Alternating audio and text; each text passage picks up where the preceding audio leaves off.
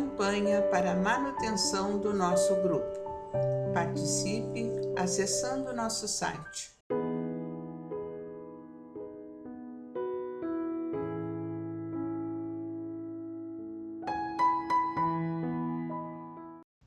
Olá, meus irmãos, olá, minhas irmãs. Sejamos bem-vindos ao canal do nosso Grupo Espírita Francisco Xavier.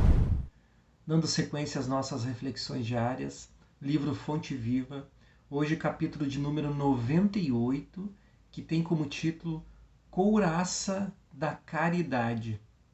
No subtítulo, uma frase do nosso irmão Paulo de Tarso, que está lá na sua primeira epístola aos Tessalonicenses, capítulo 5, versículo 8, em que ele diz: Sejam sóbrios, vestindo-nos da couraça da fé e da caridade.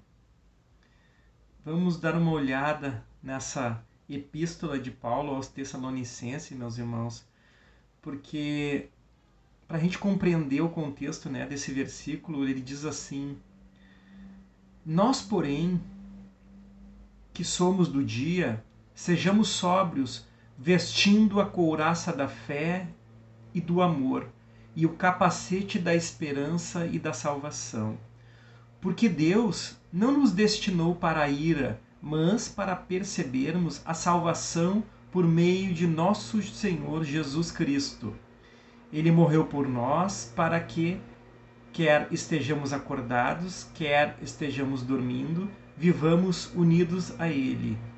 Por isso, exortem-se e edifiquem-se uns aos outros, como o fato vocês estão fazendo.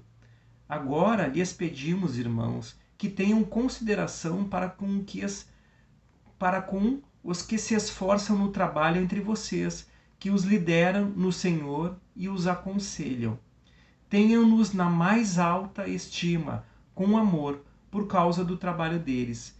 Vivam em paz uns com os outros. Então Paulo aqui aos Tessalonicenses pede a integração, meus irmãos? A compreensão, o esforço, a dedicação, a solidariedade entre os irmãos, que todos buscam a mesma coisa. Buscam os ensinamentos do nosso Mestre Jesus.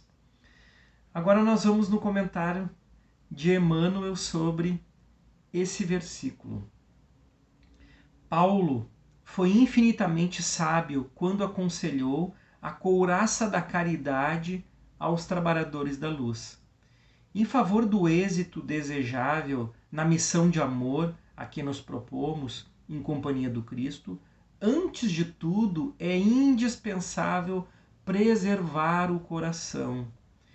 E se não agasalharmos a fonte do sentimento nas vibrações do ardente amor, servidos por uma compreensão elevada, nos círculos da experiência santificante em que nos debatemos na arena terrestre, é muito difícil vencer na tarefa que o Senhor nos confia. A irritação permanente diante da ignorância adia as vantagens do ensino benéfico. A indignação excessiva perante a fraqueza extermina os germes frágeis da virtude. A ira frequente no campo da luta pode multiplicar-nos os inimigos sem qualquer proveito para a obra a que nos devotamos. A severidade demasiada à frente de pessoas ainda estranhas aos benefícios da disciplina faz-se acompanhar de defeitos contraproducentes por escassez de educação do meio em que se manifesta. Compreendendo assim que o cristão se acha num verdadeiro estado de luta, em que, por vezes, somos defrontados por sugestões da irritação intemperante, da indignação inoportuna, da ira injustificada ou da severidade destrutiva, o apóstolo dos gentios receitou-nos a couraça da caridade por sentinela defensiva dos órgãos centrais de expressão da vida. É indispensável armar o coração de infinito entendimento fraterno, para atender ao ministério em que nos empenhamos. A convicção e o entusiasmo da fé para começar honrosamente, mas para continuar o serviço e terminá-lo com êxito, ninguém poderá prescindir da caridade paciente, benigna e invencível. Que texto lindo, meus irmãos! Caridade paciente, benigna e invencível. Porque a caridade, ela é paciente, meus irmãos. E Emmanuel aqui nos fala, né, sobre a irritação permanente diante da ignorância, a indignação excessiva perante a fraqueza, a ira frequente no campo da luta, a severidade demasiada à frente de pessoas ainda estranhas aos benefícios da disciplina. Então, o cuidado que todos nós devemos ter com a nossa severidade, com o olhar julgador diante dos irmãos que caminham conosco, os que comungam do cristianismo, mas principalmente com aqueles que ainda não comungam das ideias cristãs. Do respeito que nós devemos ter por todos os irmãos nessa nossa jornada espiritual, meus irmãos, nessa nossa caminhada, nessas oportunidades que todos nós temos, que o Pai nos dá. Lembrarmos que a caridade é feita para todos, que as oportunidades de servir cabe a todos nós, independente das dificuldades, independente dos contratempos, independente dos desafios que estão dentro dos nossos lares, dentro das nossas tarefas, nos nossos trabalhos.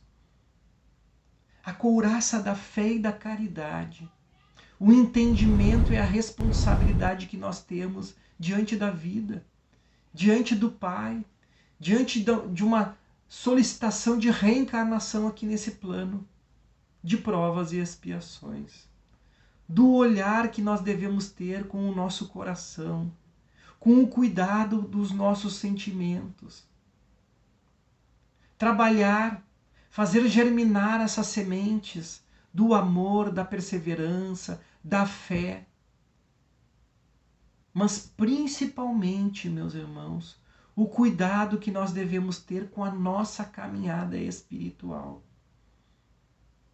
O apóstolo Paulo nos diz, no nosso Evangelho segundo o Espiritismo, na mensagem que ele nos enviou, em 1860, no capítulo 15, Fora da Caridade não há salvação, em que ele nos diz no item 10, o Espiritismo não poderia encontrar melhor maneira de provar a sua origem do que ter como regra o ensinamento: fora da caridade não há salvação, pois ele é o reflexo do mais puro cristianismo e com esta orientação o homem jamais se perderá.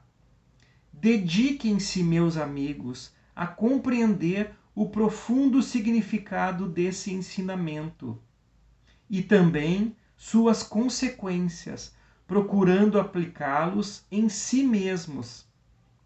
Deixem que a caridade controle todas as suas ações, pois ela, além de impedi-los de fazer o mal, vai levá-los a fazer o bem.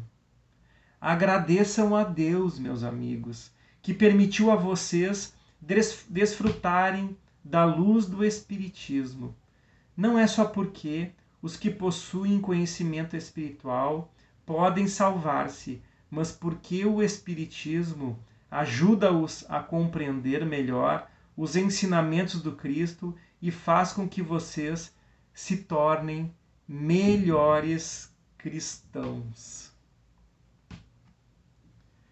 Com a mensagem de Paulo de Tarso, meus irmãos, com a sua autoridade cristã, com o seu amor, o seu devotamento ao cristianismo, nós somos tocados nos nossos corações pela gratidão que nós devemos ter ao nosso Pai, pela gratidão que nós devemos ter ao Cristo e à doutrina espírita.